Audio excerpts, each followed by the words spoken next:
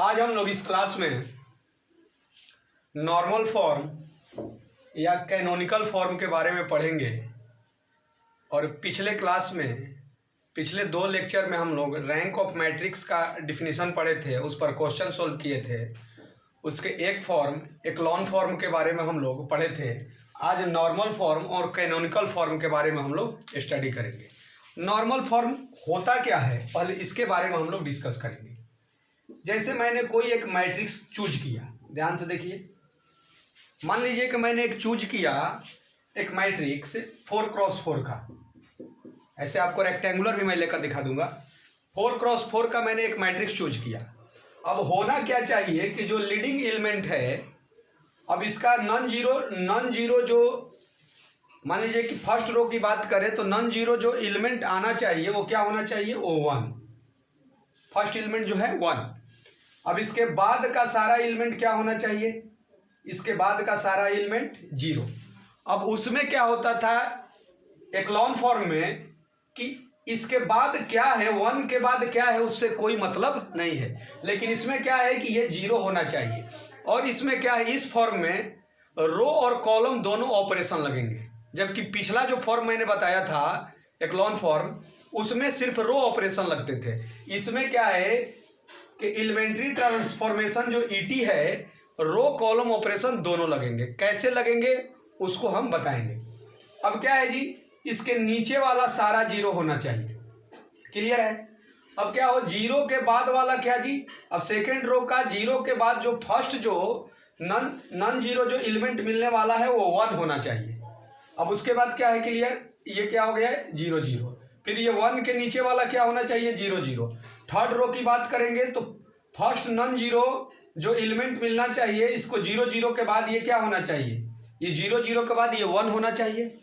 अब ये मालूम है, ये मालूम है। अब ये क्या है जी, इसके बाद 1 होना चाहिए। ये दिखाई मेरा क्या दिया, ये आइडेंटिटी मैट्रिक्स आ गया I4, हाँ या ना। तो कहीं ना कहीं नॉर्मल फॉर्म एक क्या होता है, आइडेंटिटी जो मैट्रिक्स आया मेरा, जो यूनिट आप बोलते हैं यूनिट मैट्रिक्स भी, आइडेंटिटी मैट्रिक्स जो आया एक अरेंजमेंट होगा आइडेंटिटी मैट्रिक्स का। तो मान लीजिए कि इसमें अब कैसा कैसा हो सकता है, ये तो मान लीजिए कि I4 का आ गया, ये क्लियर है कि ये I4 का आ गया। और आपको मालूम है कि इसका I4 जो होता है, आपको जो फर्स्ट लेक्चर में मैंने बताया था कि ये अब कोई भी ऑपरेशन लगाइएगा तो कंप्लीटली ये रो और कॉलम 0 नहीं होने वाला है। तो इसका मतलब है रैंक जो होता है, रैंक को मैंने रो से डिनोट किया था, तो आइडेंटिटी मैट्रिक्स का जिस ऑर्डर का होता है वही उसका रैंक मैंने बताया था। तो इसका रैंक क्या हो जाएगा जी, इसका रैंक 4 हो जाएगा, ठीक। बट धीरे धीरे आप बातों को समझने की कोशिश कीजिएगा। मैं क्या बोला, ये होना चाहिए 1, और यदि नहीं है तो ऑपरेशन लगाकर या मैट्रिक्स की प्रॉपर्टी लगाकर इसको 1 बना देंगे।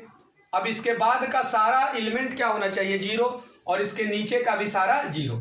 अब सेकेंड रो में 1 आ गया, तो अब इसके इधर का भी 0 और इधर का भी 0। अब थर्ड रो का ये 1 हो गया, इसके आगे का भी 0, नीचे का भी 0। अब लास्ट में क्या हो गया, ये 1 हो गया। तो ये मेरा क्या हुआ, ये मेरा एक नॉर्मल फॉर्म जो कहलाता है, जिसको हम लोग एक दूसरा नाम भी बोलते हैं कैनोनिकल फॉर्म। तो कैनोनिकल फॉर्म और नॉर्मल फॉर्म का ये क्या हुआ, ये नॉर्मल फॉर्म का अरेंजमेंट का एक वे हुआ, तरीका हुआ। लेकिन अब इसमें हो क्या सकते हैं, ध्यान से देखिएगा आप लोग। नॉर्मल फॉर्म में बेटा जी हो क्या सकते हैं, जैसे ये पहला फिगर जो मैंने बनाया, ये मान लीजिए कि IR कोई आइडेंटिटी मैट्रिक्स है जिसमें कोई भी रो या कॉलम नॉन जीरो का मतलब मैंने क्या बोला कि कोई भी रो या कॉलम 0 नहीं हो पा रहा है, कंप्लीटली 0 नहीं है। इसका मतलब है कि IR हुआ कंप्लीटली 0 का मतलब क्या हुआ। मान लीजिए कि R1 की बात करेंगे तो R1 में क्या है, R1 तो सारा 0 नहीं है, R2 भी सारा, या C1 C2 C3 C4 कोई भी लीजिएगा, या R3 R4 टोटल 0 नहीं है। तो ये IR लिखने का तरीका यही हुआ कि ये टोटल 0 नहीं है। अब इसमें ये भी हो सकता है, ये मान लीजिए ये हुआ और ये, इसका मतलब क्या हुआ कि ये जो है ये ऑर्डर का है, मान लीजिए कि जो जिस ऑर्डर का है IR जो आइडेंटिटी मैट्रिक्स, तो इसका क्या है जी, ये लिखने का मतलब हुआ कि इसका एक कॉलम जीरो है। ऐसे भी हो सकता है बेटा जी, IR हुआ, इसका मतलब हुआ कि इसका एक रो जीरो है। आप कहिएगा कि सर ऐसा भी हो सकता है, IR मैंने लिखा 0 0 0, इसका मतलब क्या हुआ जी कि एक रो और एक कॉलम जीरो है। तो कहने का मतलब है कि एक रो एक कॉलम, लेकिन जो बचा हुआ जिस ऑर्डर का आया आइडेंटिटी मैट्रिक्स वही उसका रैंक कहला गया। जैसे देखिए, मान लीजिए कि ये भी जीरो हो जाता, मान लीजिए कि कोई ऑपरेशन लगाने पर ये भी जीरो हो जाता, तो जब ये जीरो हो जाता तो ये 3 ऑर्डर का क्या मिला है जी, 3x3 का आइडेंटिटी मैट्रिक्स यहाँ मिला है। तो 3x3 का आइडेंटिटी मैट्रिक्स मिला है, इसका मतलब है कि इसका रैंक 3 हो जाता। रैंक क्या हो जाता जी, इसका 3 हो जाता। हो सकता है कि ये भी जीरो हो जाए, यदि आता तो ये 2x2 का आइडेंटिटी मैट्रिक्स मिला, तो 2x2 का आइडेंटिटी मैट्रिक्स मिला तो रैंक क्या हो जाता, 2 हो जाता। सिंपल बात है। यही नॉर्मल फॉर्म का क्या है जी, अरेंजमेंट है, इसमें दिक्कत नहीं होना चाहिए। मैं क्या बोला, जितने ऑर्डर का आइडेंटिटी मैट्रिक्स आएगा वही इसका रैंक कहलाएगा। अब हम बात कर रहे हैं आपको, जैसे रेक्टेंगुलर भी मैं देकर आपको क्वेश्चन मैं बताने की कोशिश करूंगा। अब इसमें मैंने बताया कि रो और कॉलम दोनों लगेंगे। आप कहिएगा कैसे सर, तो ध्यान से देखिएगा। इधर तो मान लीजिए आइडेंटिटी है ही, लेकिन क्या है कि इधर लगेगा, जो इधर मान लीजिए इसके नीचे वाला जीरो करना है, तो जो पिछला फॉर्म पढ़े हैं तो क्लियर है कि रो ऑपरेशन लगाएंगे, और इस साइड वाले जीरो करने होंगे तो इधर में क्या लगाएंगे, कॉलम ऑपरेशन लगाएंगे। मान लीजिए कि ये नीचे, जैसे 1 के नीचे वाला जीरो करना है तो रो ऑपरेशन, और 1 के इस साइड वाले जीरो करने हैं तो कॉलम ऑपरेशन लगाने हैं। ठीक, जैसे देखिए ये मान लीजिए 1 हो गया, इसके नीचे वाले जीरो करने हैं तो रो ऑपरेशन, और इस साइड वाले जीरो करने हैं तो क्या होंगे, कॉलम ऑपरेशन। मान लीजिए हमको समझ में आया या ना आया, यदि इतने लेक्चर के बाद कुछ भी बातें समझ में आए तो जैसे ही कुछ क्वेश्चंस हम लोग लेंगे और एप्लीकेशन करेंगे तो ये आशा है कि आपको पक्का क्लियर होगा। तो ये कॉन्सेप्ट हमको क्लियर हुआ कि नॉर्मल फॉर्म होते क्या हैं। अब इस पर हम कुछ क्वेश्चन दे रहे हैं, जल्दी इसको कर लीजिए, जल्दी फास्ट कीजिए जल्दी।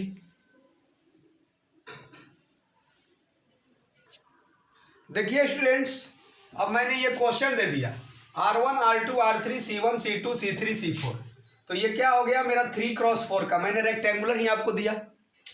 अब इसका रैंक जो निकालना है नॉर्मल फॉर्म से, तो मैंने क्या बोला कि जो ये होना चाहिए इसको 1 करना है। तो 1 करने के लिए मान लीजिए कि आप कहिएगा कि हम 4 से डिवाइड कर देंगे, तो डिवाइड कीजिएगा तो बेटा जी ये वाला 3/4 आ जाएगा, मान लीजिए कि वो क्या आ जाएगा, डेसिमल में आ जाएगा। तो ऐसा सॉल्यूशन करना है कि हमको इजी वे हो। तो 1 करने के लिए मैं क्या किया कि इसको आपस में C1 C3 को चेंज कर दिया, क्योंकि मैंने बताया है कि इसमें रो कॉलम सारा ऑपरेशन लगेंगे।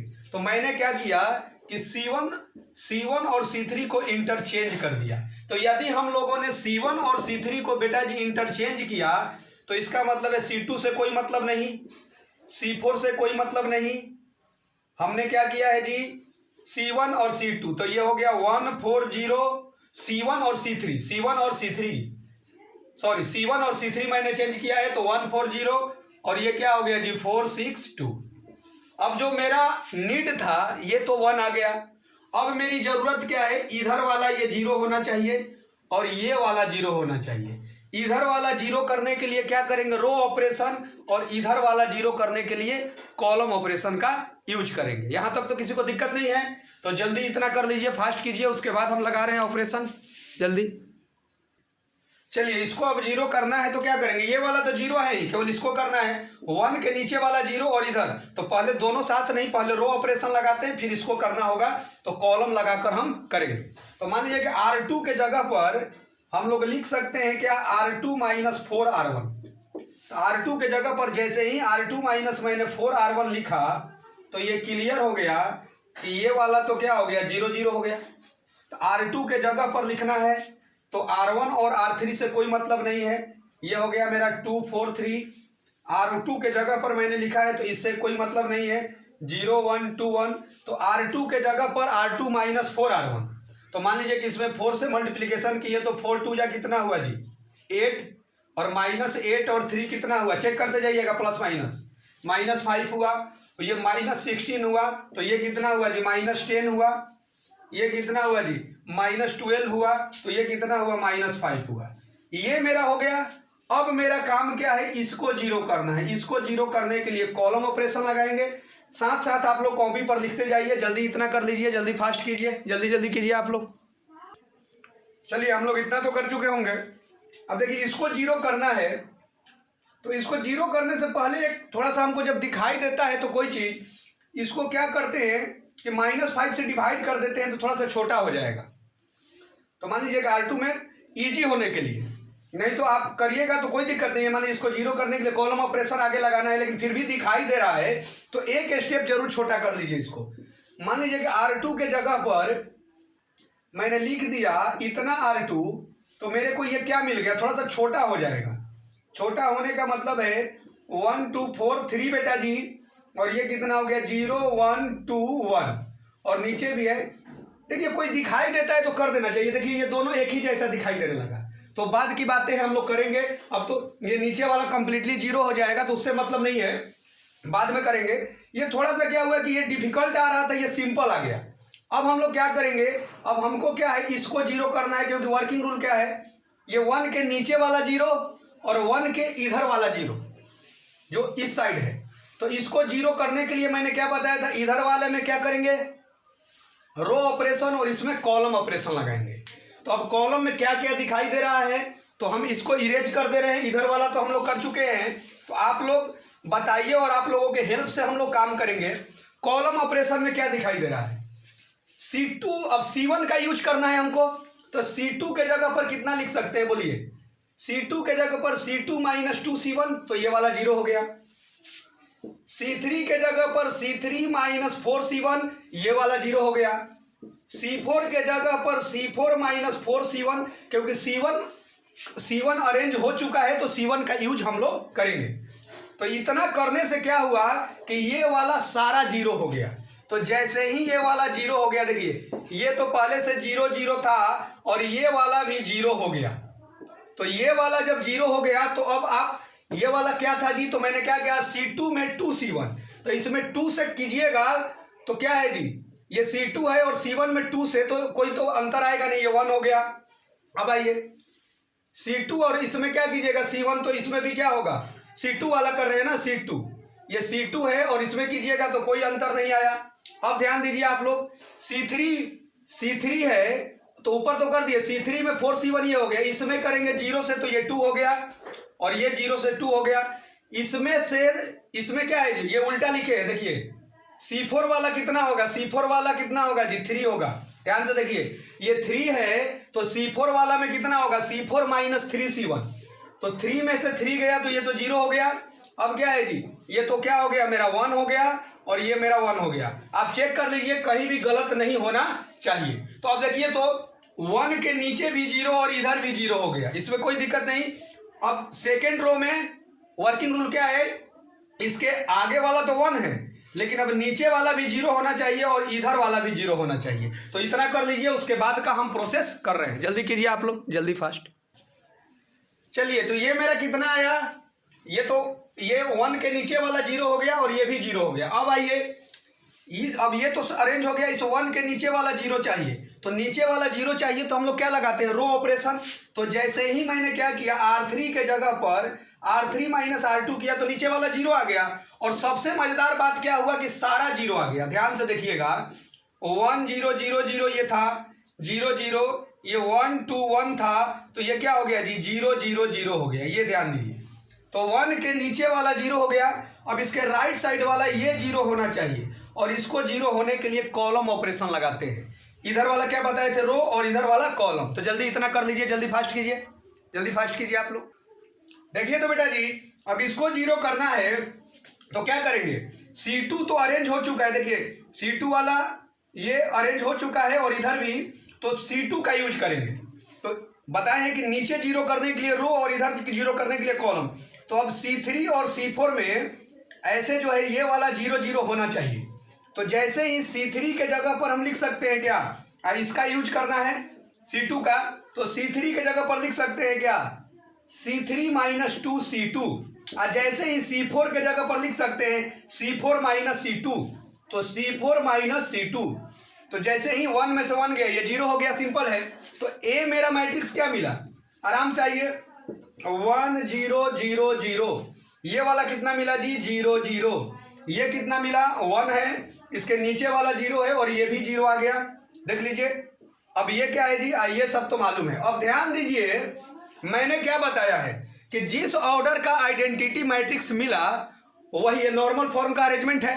अब जिस ऑर्डर का आइडेंटिटी मैट्रिक्स मिला वही उसका रैंक कहलाएगा। तो इसमें I2 मिला, I2 मिला, देखिए तो आइडेंटिटी मैट्रिक्स I2 मिला 2 क्रॉस 2 का। इसका मतलब ये हुआ कि इसका रैंक कितना हो गया जी, 2 हो गया। और वैसे भी आपको चेक करना है तो मैं क्या बताएं, नॉन जीरो रो या कॉलम की संख्या।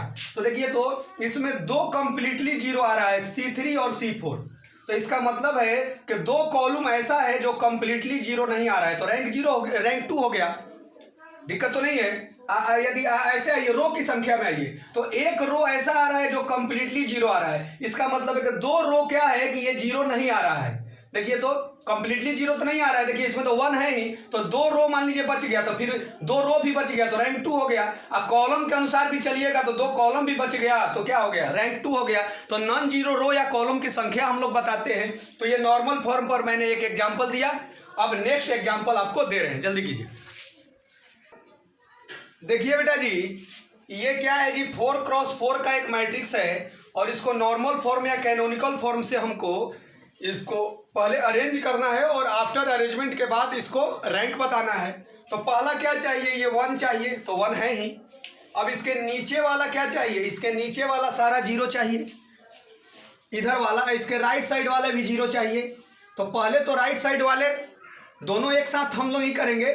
इसको करने के लिए नीचे वाले को रो ऑपरेशन लगाएंगे और जब ये हो जाएगा तो इस साइड वाले के लिए कॉलम ऑपरेशन लगाएंगे। तो आइए, तो इसको 0 करने के लिए मैं लिख सकता हूं क्या बेटा जी, R2 माइनस R1 लिख दिया। R3 के जगह पर बेटा जी R3 माइनस 2R1 मैंने लिख दिया। और R4 के जगह पर मैंने क्या लिखा कि R4 माइनस कितना, R4 माइनस 3R1। तो जैसे ही मैंने ये किया तो ये नीचे वाला सारा 0 आ गया। ये अरेंजमेंट जैसे ही मैंने किया तो ये 1 और इसके नीचे वाला क्या हो गया जी, 0 0 0। अब आगे का इसको क्या है जी, R1 को मैंने क्या किया है, R1 से तो कोई मतलब नहीं, R2 R3 R4 चेंज हुआ है तो ये 1 2 1 2 हुआ। अब ये खुद माइनस करके और नीचे वाला सारा एलिमेंट जल्दी लिखिए, तो जल्दी साथ साथ कॉपी पर लिखते जाइए जल्दी। देखिए तो ये लगाए होंगे तो आपका ये आया होगा, सिंपल है। तो अब तो नीचे वाला 0 हो गया, अब इधर वाला 0 करना है। नॉर्मल फॉर्म क्या होता है, यहाँ 1 इसके नीचे 0 इधर के लिए मैंने क्या बताया, जल्दी बोलिए, कॉलम ऑपरेशन। तो C1 तो अरेंज हो गया है, तो C1 का यूज करके C2 C3 और C4 को अरेंज करेंगे। तो C2 के जगह पर जल्दी बोलिए क्या लिखेंगे, तो C2 के जगह पर लिखेंगे C2 माइनस 2C1। C3 तो डायरेक्ट हो गया, C3 में से C1 को हमने माइनस किया, 0 हो गया। C4 क्या हो गया जी, C4 माइनस 2C1 हो गया। और जैसे ही मैंने ये किया तो ये भी सारा 0 हो गया। तो जल्दी इतना लिखिए, जल्दी फास्ट कीजिए, जल्दी कीजिए। चलिए, तो जैसे ही आप लोगों ने ये ऑपरेशन लगाया, इसको 0, C2 के जगह C2 माइनस 2C1, तो ये क्या हुआ, C3 के जगह C3 माइनस C1, इसमें से इसको माइनस किए, और C4 के जगह पर C4 माइनस, तो ये वाला भी सारा क्या हो गया, 0 हो गया। ये क्लियर। तो अब क्या हो गया जी, ये वाला अरेंज हो गया, इस इधर और इधर वाला। अब क्या है कि सेकेंड रो का 0 के बाद का ये 1 चाहिए, तो 1 है ही, और इसके नीचे का सारा 0 चाहिए, और इसके राइट साइड का इधर भी 0 चाहिए। तो पहले इसकी बात करेंगे, तो इस 1 के नीचे वाला सारा 0 चाहिए, तो सारा 0 चाहिए, तो एक तो 0 है, ये वाला 0 नहीं है, तो ये वाला 0 कैसे आएगा, R4 में R2 को माइनस कर दीजिए, तो ये सिंपल दिखाई दे रहा है। R4 के जगह पर R4 माइनस R2 जैसे ही मैंने किया तो बेटा जी मेरा क्या हो गया, R4 के जगह पर किया तो इससे कोई मतलब नहीं, इससे कोई मतलब नहीं। ये क्या हो गया जी, R4 के जगह पर किया है तो इससे कोई मतलब नहीं, ये 0 0 1 0। और R4 में R2 किया तो क्या हो गया, 1 1 क्या हो गया, जल्दी बोलिए, 0 1 1 क्या हो गया, 0, और 0 0 क्या हो गया, 0। ये अरेंज हो गया 1 के नीचे वाला। अब इधर चाहिए, इधर वाला का कॉलम ऑपरेशन लगाएंगे, और कॉलम ऑपरेशन जैसे ही लगाएंगे तो ये भी 0 हो जाएगा। तो ये वाला 0 चाहिए, इसके वाला तो ये वाला तो क्या है जी, ये वाला खुद जीरो है, तो केवल इसको करना है, क्योंकि 1 के नीचे वाला जीरो चाहिए और 1 के इस साइड वाले, तो इस साइड वाला में ये तो जीरो है ही, तो केवल ये चाहिए। तो इसका मतलब ये हुआ कि आप लोग इसको तो लिख चुके होंगे, तो इसको तो हम लोग इरेज कर सकते हैं। तो जैसे ही हम लोग क्या लगाएंगे, इस साइड वाले के लिए हम लोग बात कर रहे थे और यूज भी कर चुके हैं पिछले क्वेश्चन में, कॉलम ऑपरेशन। तो C3 के जगह पर क्या जी, C2 का यूज करना है ना। C3 के जगह पर मैंने लिख दिया C3 माइनस C2।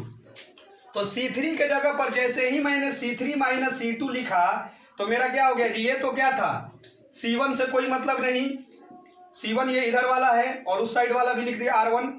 ये क्या हो गया, C3 चेंज कर रहे हैं तो C2 को भी ऐसे ही लिख दीजिए, और C3 चेंज कर रहे हैं तो C4 को भी ऐसे ही लिख दीजिए। अब C3 के जगह C3 माइनस क्या जी, C2, तो 0 0 तो 0 है, 1 1 क्या हो गया जी, 0 हो गया। अब 1 0 क्या हो गया, ये 1 हो गया, और 0 0 ये क्या है, माइनस करेंगे तो 0 हो गया। ये भी अरेंज हो गया। अब ध्यान दीजिए, अब आगे क्या होता है, थर्ड रो 0 0 और क्या जी 1 चाहिए, तो 1 है, इसके नीचे वाला 0 चाहिए, ये है, और इसके आगे वाला 0 चाहिए, ये भी है, इसमें दिक्कत नहीं है। अब लास्ट में आइए, अब लास्ट में क्या है जी, 0 0 0 और मान लीजिए कि इसके आगे वाला 1 हो जाए तो कोई दिक्कत नहीं, I4 हो जाएगा। 1 नहीं है तो 0 है, तो उससे कोई दिक्कत नहीं है। तो अब क्या है कि ये किस ऑर्डर का आइडेंटिटी बना, तो ये देखिए, तो ये I3 बना, क्या बना, I3। तो जिस ऑर्डर का आइडेंटिटी मैट्रिक्स बनता है वही उसका रैंक कहलाता है। तो रैंक क्या हो गया, 3 हो गया, और नॉर्मल फॉर्म में अरेंज भी है, ऐसे आ गया। अब यदि रैंक के डिफिनीशन से आइएगा तो वैसे आइए, नॉन जीरो रो या कॉलम की संख्या, तो देखिए तो नॉन जीरो क्या है, R1 देखिए तो नॉन जीरो है, क्योंकि एक तो कोई नंबर तो है ही, तो ये क्या है, R1 है, R2 है, R3 है, ये वाला कंप्लीट जीरो है, तो इसको तो नहीं काउंट करेंगे। तो नॉन जीरो रो की संख्या 3 है, इसका मतलब रैंक 3 हो गया। या कॉलम से भी आइए, तो नॉन जीरो कॉलम की संख्या देखिए तो C1, इसमें कोई एक एलिमेंट है 0 को छोड़कर, इसमें भी है 0 को छोड़कर, इसमें भी है, इसमें नहीं है, तो इसको काउंट नहीं करेंगे, C1 C2 C3। तो नॉन जीरो कॉलम की संख्या भी 3 है, तो रैंक 3 हो गया। या आपको पता है जिस ऑर्डर का आइडेंटिटी मैट्रिक्स आया वही उसका रैंक कहलाता है। यही नॉर्मल फॉर्म का क्या है जी, मेरा वे है कि नॉर्मल फॉर्म को हम लोग कैसे सोल्व करते हैं।